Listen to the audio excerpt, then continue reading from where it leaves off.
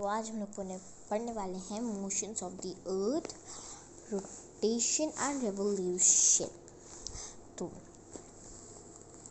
when we look out from a moving train, we find that all objects, trees, houses, wheels, pillars, seem to move past us while we are stationary.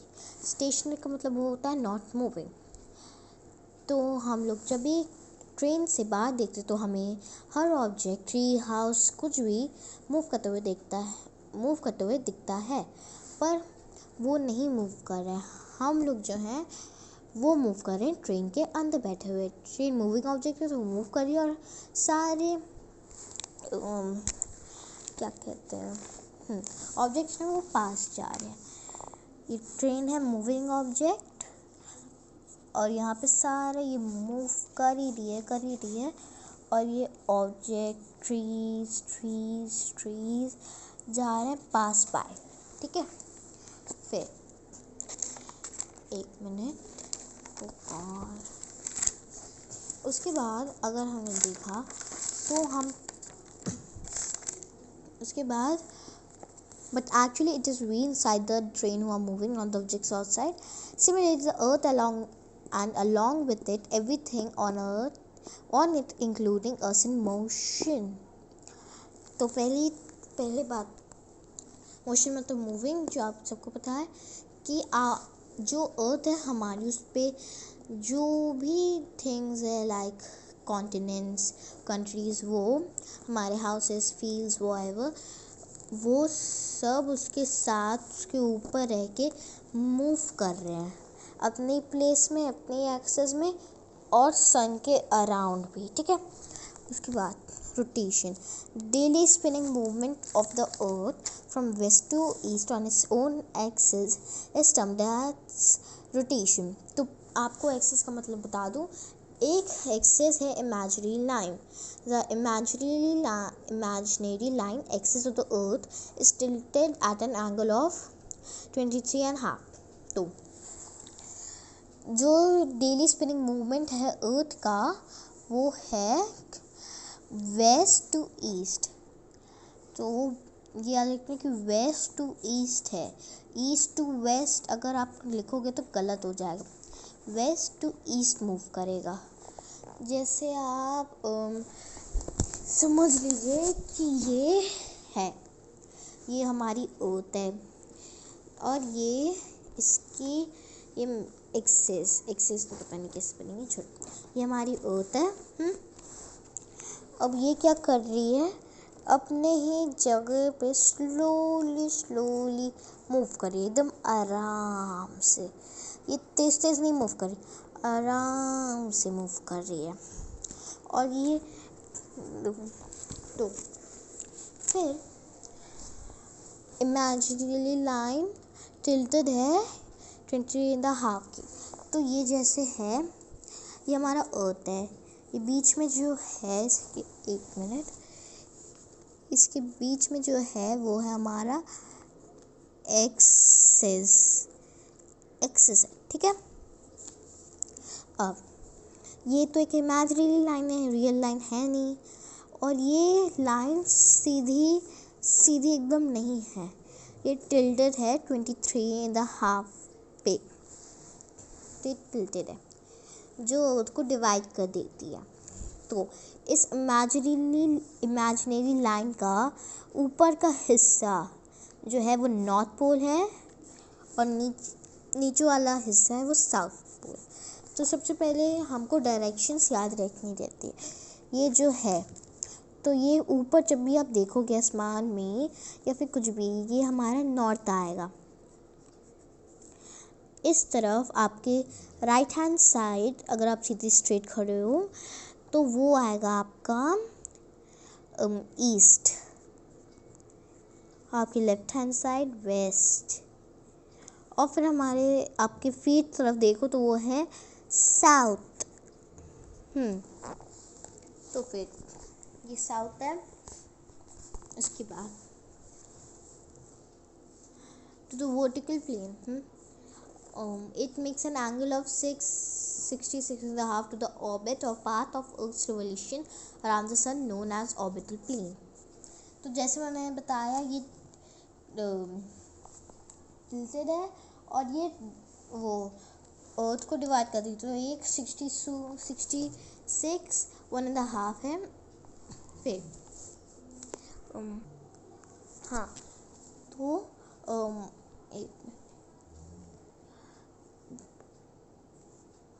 it makes an angle of 66.5 degree to the orbit or path of Earth's revolution around the sun known as orbital plane.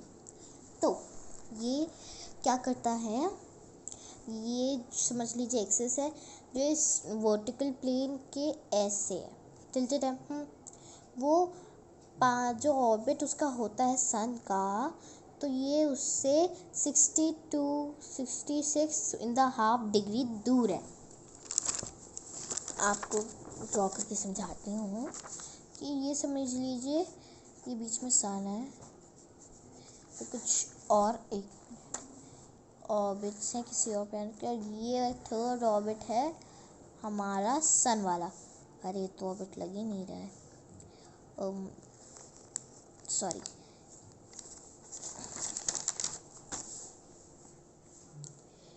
ये हमारा सन है और ये कुछ और planets का है orbit, और ये हमारे अर्थ का ऑर्बिट इतना बड़ा। तो समझ लीजिए ये हमारी अर्थ है, ये टिल्टेड एंगल है, यहाँ पे नॉर्थ पोल है और यहाँ पे साउथ पोल है सिंपली। फिर ये इन दोनों के बीच में जो क्या कहते हैं दूर है जितना, वो है 66.5 डिग्री। ठीक है, ये याद रखना। फिर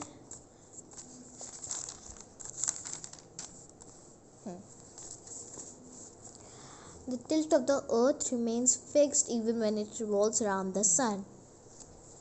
तो भाई अब ये अर्थ है हमारी और ये इसका टिल्ट है। हाँ, जब भी ये समझ लीजिए, एक मिनट, तो ये लाइव एग्जांपल है कि ये हमारा समझ लीजिए सन है। अब ये हमारी अर्थ क्या कहते हैं, ये हमारा सन है और फिर हमारी अर्थ ये प्रेजेंट है, ये वाली अर्थ मोबाइल अर्थ। तो ये इसकी टिल्टेड एक्सिस है, ये टिल्टेड एक्सिस है। तो सन की तरफ फेस होगा और ये जैसे ही जाता जाएगा, ये सन है हमारा, ये सन तो गिर रहा है रे, हमारा सन गिर रहा है, ये हमारा सन है, तो ये हमारा अर्थ है।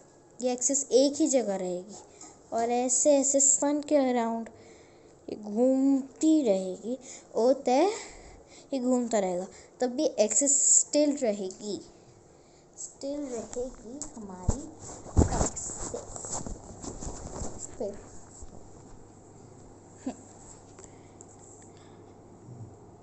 This is called the inclination of the earth's axis. जो मैंने आपको लाइव एग्जांपल दिखाया हमारी सन और एक्सिस का, उसको कहते हैं inclination of the earth's axis. The northern tip of the axis is called the North Pole, while the southern point is called the South Pole.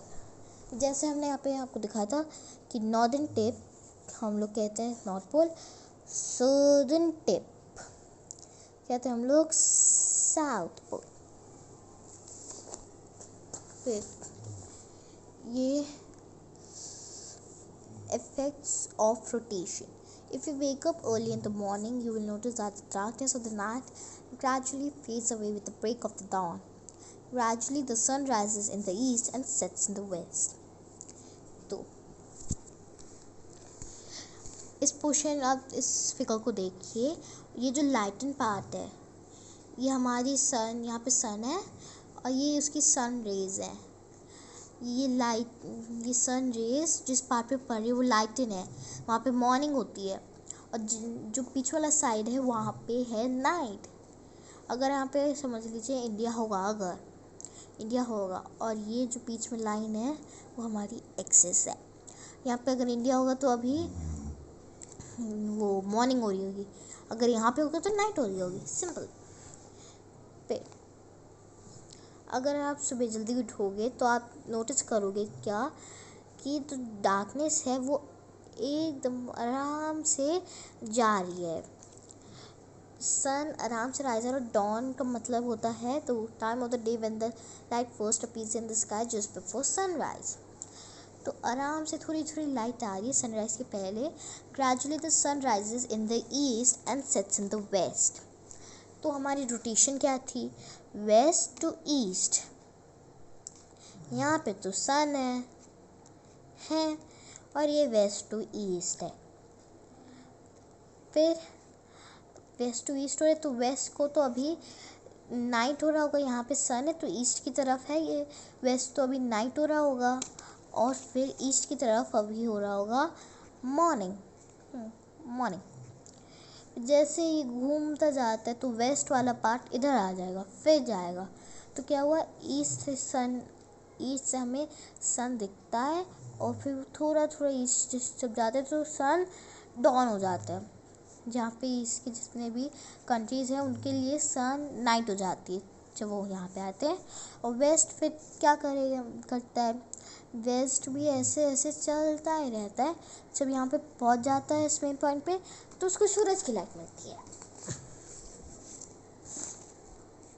lights of the earth for the entire day. चलो, in the evening the sun sets in the west and night comes after dusk. तो in the evening the sun sets in the west and night comes after dusk. अब waste से rotation क्या कहते हैं start करोगे तो waste वाले लोगों को ही लगेगा ना कि वेस्ट से ऐसे ढल रहा है। फिर comes after dusk. In truth, however, it is the earth that changes its position of the sun. तो याद रखिएगा कि earth changes its position, not the sun. Sun never changes, it's on still at one place.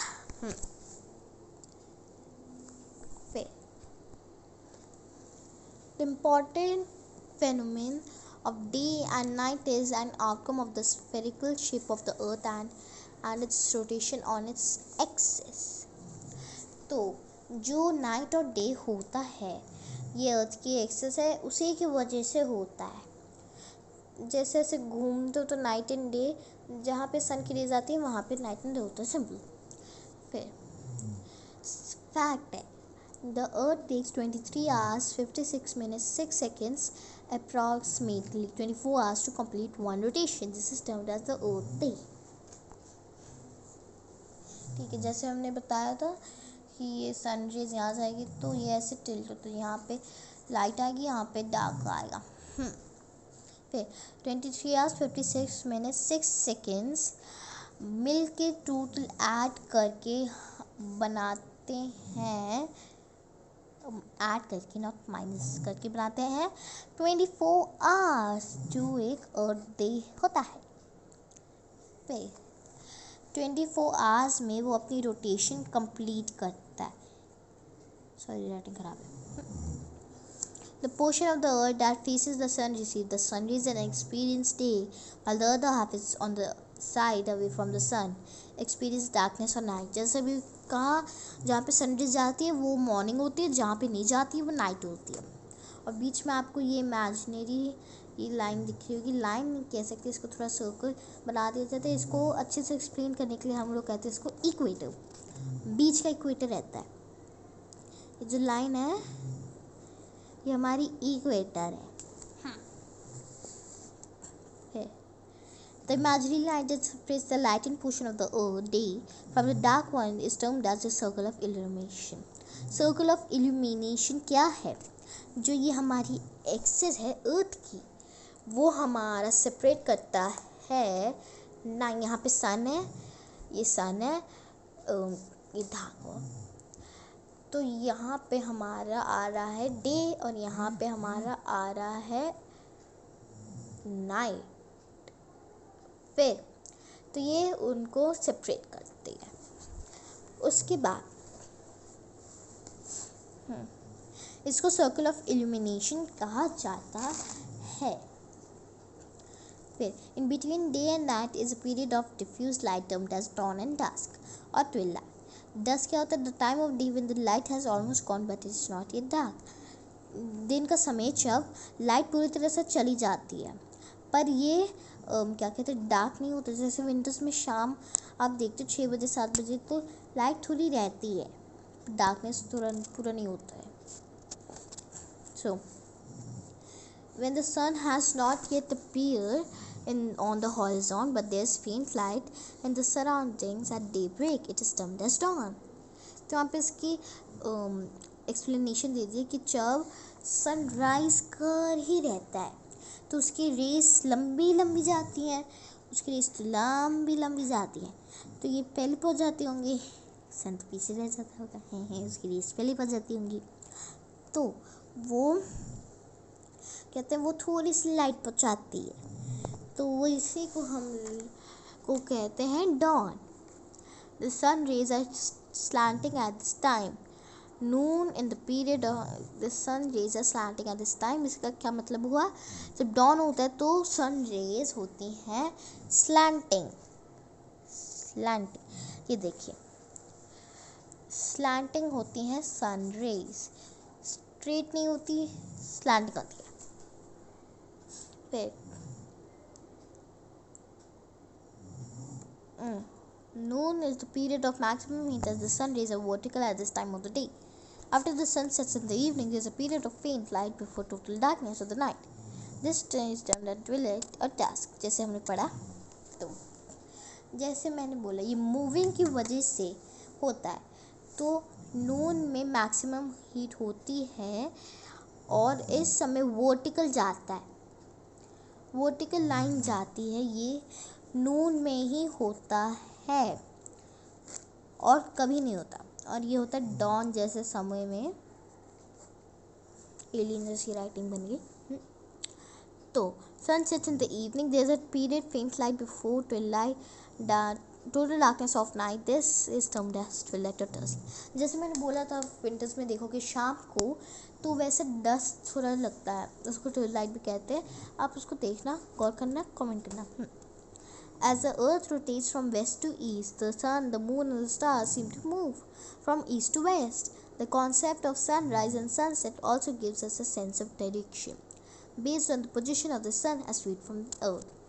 तो जैसे अर्थ move करती है, move करती है वो, तो क्या होता है, सारे सन, स्टार्स एंड मून आपको मूव करते हुए दिखते हैं, पर वो मूव नहीं करते, अर्थ मूव करते हैं। The concept of sunrise and sunset also gives a sense of direction based on the rays are vertical at noon and slanting in the morning and evening। तो जो हमारा होता है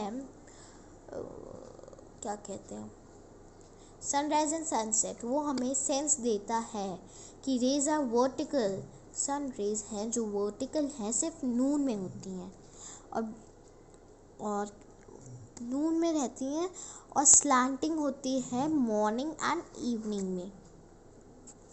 डॉन में भी होती है, मॉर्निंग और इवनिंग में भी होती है, सेम ही है। रेवोल्यूशन, हम लोग रेवोल्यूशन पे पहुंच गए हैं।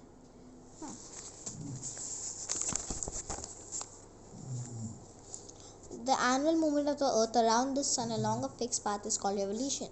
The fixed elliptical path along which the earth revolves is called its orbit.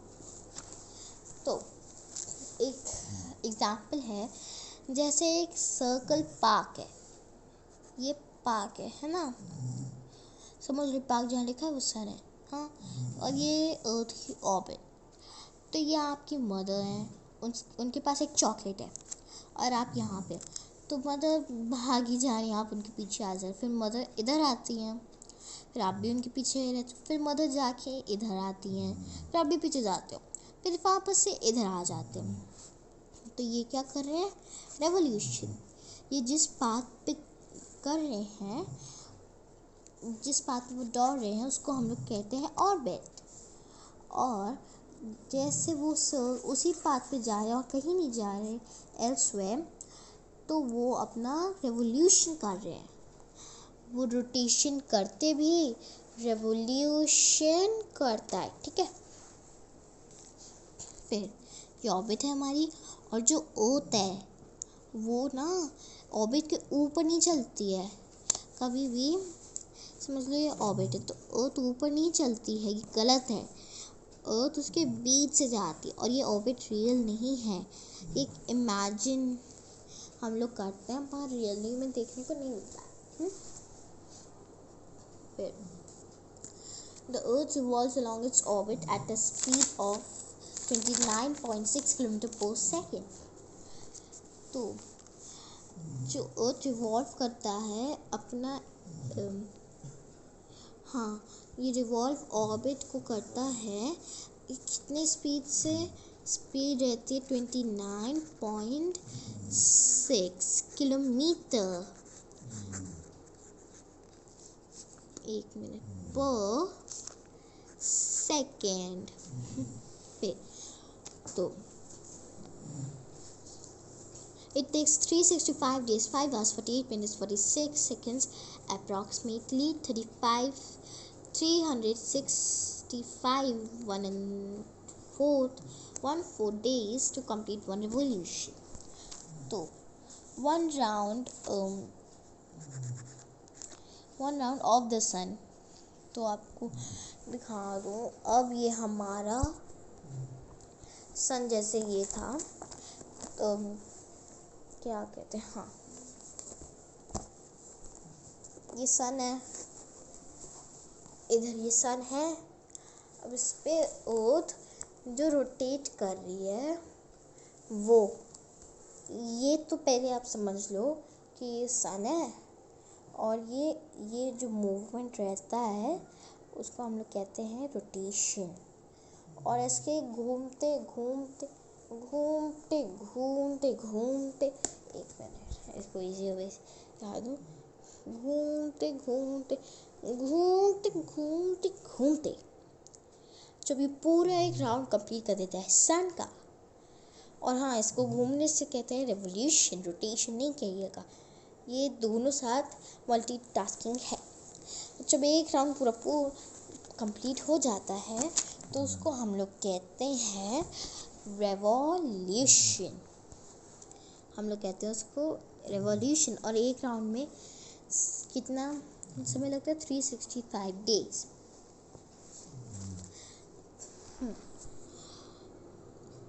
तो for the sake of convenience 365 days is taken as a single year। तो कन्वीनियंस मतलब सिंपल एंड ईजी। तो इसको और इजी करने के लिए 5 hours 48 minutes 46 seconds आपको याद तो रखना पड़ेगा। इसको और इतना बड़ा कौन लिखेगा इस ज़माने में, तो इसको छोटा करके हम लोग करते हैं, पूरा कैलकुलेट करके हम लोग करते हैं 365 and 1/4 days। फिर 365 days equals to a year, 1 year and 1 year is equals to 365 days। फिर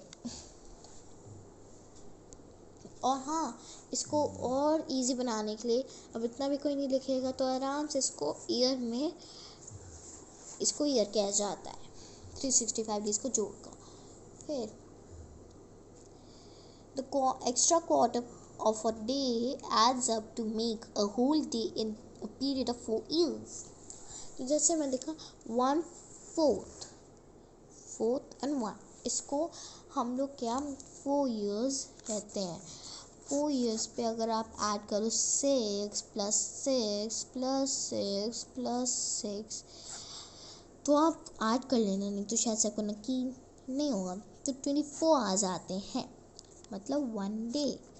तो 4 साल पे हम लोग उस डे को लेते हैं to prevent from loss. Thus we have a year with 360 days every 4 years। हम हर 4 साल में हमको एक लीप ईयर मिलता है जिसमें होता है 366 days। और वो स्पेशल डे एडेड होता है फेब्रुअरी में। सो फेब्रुअरी में 28 होते हैं और 28 से हमारा 29 जाता है। फिर जैसे it is termed as a leap year. February 29 is the additional day added to compensate the difference of the common year. Compensate मतलब देखते हैं, मैंने जैसे बताया compensate to reduce the effect of loss, to prevent from loss या फिर to reduce the effect of loss, उसका effect कम करने के लिए, कि इसको हम लोग लीप ईयर कहते हैं। फरवरी ही है जिसमें ये स्पेशल डे ऐड होता है, ठीक है। एवरी चार the year 2016 was a leap year to stop the loss. तो फिर the year 2016 was a leap year and 2022 was a leap year. So here's a question, can you say which was the first leap year of this current century? When will you again have a leap year? तो हमने देख लिया कब होगा। अब तो effects of revolution. The revolution of the earth along with its inline axis determines the primary distribution of the sun's energy throughout of different seasons throughout the earth. The varying lengths of day and night throughout the year are a result of this. तो इस revolution की वजह से ही हमारे seasons होते हैं, 4 seasons होते हैं, summer winter spring and autumn. इस रेवोल्यूशन की वजह से ही हमारे होते हैं। तो thank you for watching, bye bye. Here is a riddle for you. 1 equals to 2, 3 equals to 18, 5 equals to 50, 4 is equals to 32. What 6 equals to? Tell me in the comments. I'll see you in the next video.